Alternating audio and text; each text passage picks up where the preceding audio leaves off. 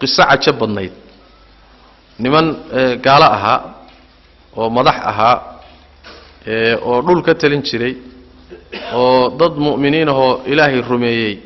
intay qabteen dab ku guray qiso dheer bay ahayd xadiidka muxuu ahay muslim iyo tirmidhi yaa soo saaray min xadiidi suhayb waa qisada saaxirka iyo raahibka la yidhaahdo yani nin waxaa jiri jiray madax ah nin madaxaa jiri jiray qisada marka la soo gaabiyo ninka madaxda ah dhul buu madax ka ahaa gaal lagu ahaa nin marka wuxuu laan jiray niman culimo ahoo sixirka u qaabilsan ninkii sixirka u qaabilsanaa baa marka da'oobay oo duqoobay ninkii madaxda uu tagay warwaan duqoobay nin dhalinyaro ah oo aan cilmiga sixirka ku baro oo iga qaato iga dhaxla oo booskayga gala iikan wiil yaroo fariid ah ayuu ninkii boqorka soo qabtay wiilkan sixirka barbuud wiilkii yarka marka sheekhiisa saaxirka buu u tagaayo darsiga ka soo qaata subaxdii uu soo noqdaa xaafadoodan ku soo noqdaa suu sidaa u ahaa oo marna u sii socday marna u soo noqonay ayuu maalintii dambe dhexda isagoo socda ayuu wuxuu ku soo baxay nin raahib ah nin iska duur galo wadaad ah oo meel intuu samaystay meel ilaahay ku caabuday cidla ah ninkii buu ku leexday wiilkii yaraa ninkii buu wax ka dhageystay waa ku qancay ninku tawxiid iyo ilaahay iyo khara iyo waxbuu ka hadlayaa wiilkii yaraa wixii buu ku qancay wuxuu sameeyaa marka maalin walba markuu darsiga u sii socdo intuu wadaadkaasi duurka ku jira intuu la yara fadhiisto darsiga ka dhageysto buu saaxirka u tagaa saaxirku waa garaaca marka waxaad ku soo daaday waa la tumaa markuu soo noqdo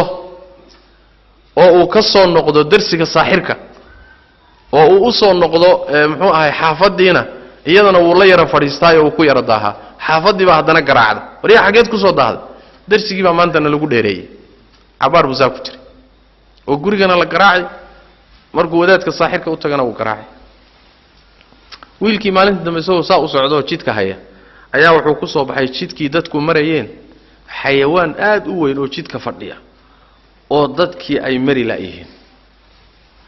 ma libaax baa ma wax kale Allahu a'lam markaasuu intuu dhagax intuu qaatayba wuxuu yiri maantan kale ogaanaya wadaadka duurka ku jira inuu wuxuu haysta saxiya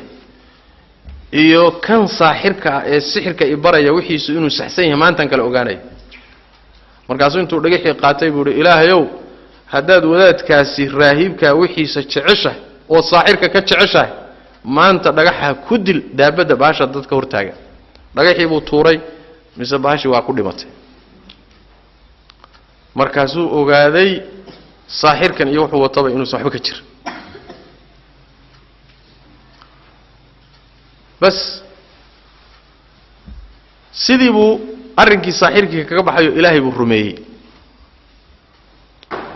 wiilkii wuxuu noqday wiil cajab badanoo ilaahay wuxuu baray cudurrada yani wax weeyaan waaweyn ee khatarta ah sida baraska iyo wixii la mid ah daaweyntoodu waa alla baray waa ducaynaya waa daawoobaaya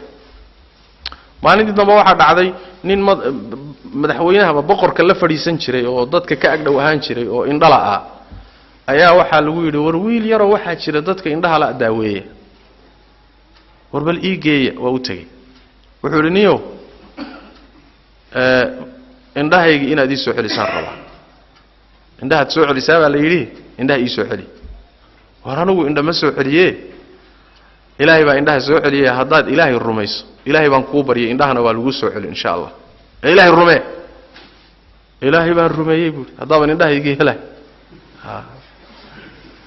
sidii ilaahay ku rumey wiilkii yaraa ilaahay buu u baryay indhihii baa fid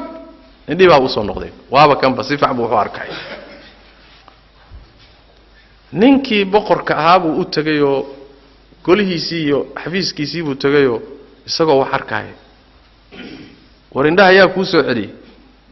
ربي جايبه يسو علي ما أنا كوسو علي لأن سجى ربي سجى لي يشتري موت ما أنا دي جوّد ده ورما هي ربي جايبه يسو علي ومن ربي أنا نيجي هم باكر ربي جاي يا ربي جاوبه والله بكوير عجب وروح عن كوساق الحقيقي وقبتي وعقابي مرك حاجات كنت بقول فكرك ويلكي يرابو مركي لا تومي ولا قراعي ولا كرباشي ويلكي يراتو ويل كان يبري بروح ويلكي يرابو لا قبتي waxa la yiri sheeg meeshaad ka keentay fikradan sagiina wala yara wuxuu ka fursan waayay inuu wadaadkii raahibka ay duurka ku jiray inuu u geeyo yiraahdo wadaadkan ay baray wadaadkii baa la soo qabtay isaga lagama hadlin waa la dilay kow kii baa la yiri ka noqo isagana wasiirka ahaa kama noqonayo yiri waa la dilay isagana wiilka yarka marka isaga lix jecla laga qabaayo la iskama dilayo ilaan cilmigii sixirku xambaarsan yahay moogta xogaa waa la yaraan loo yaraca jugleynaya waxa la rabaa in laga soo celiyo isagoo nool waxogaagiisa waa la ilaashan wuxuu yiri ninkii madaxda qaado intaad buurta heble la yiraahdo saartaan wiilkan korkeeda markuu joogo ka noqo dhaha war ka noqo fikradan hadduu ka noqon way halka ka soo tuura hadduu ka noqdana ii soo celiye buurtii baa la saaray meeshii markuu saaran yahay buu wuxuu yiri allahumma kfinihim bima shiit ilaahu kuwan waxa doonto isticmaalo ilaahu iga kaafi wuxuu iga kaafi buurtii un baaba ruuxatay oo gilgilatay oo iyagoo dhan baa daatay keligii baa soo haray muusan iska cararine meeshii buu ka soo lugeeyay markaasuu ninkii madaxda ahaa boqorkii buu xafiiska ugu soo galay waraawe dadkan ku soo dhiibay ilaahay baa iga kaafiyay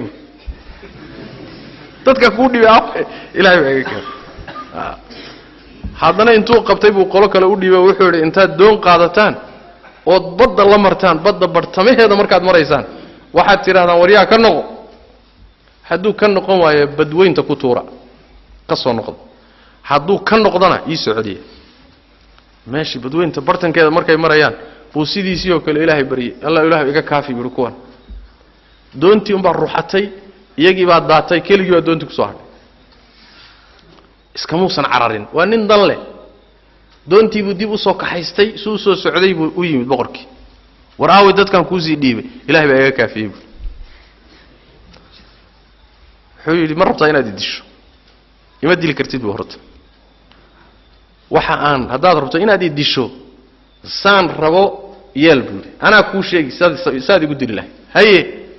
horda dadka dhan soo shiri buuri meel banaan oo ban isugu keen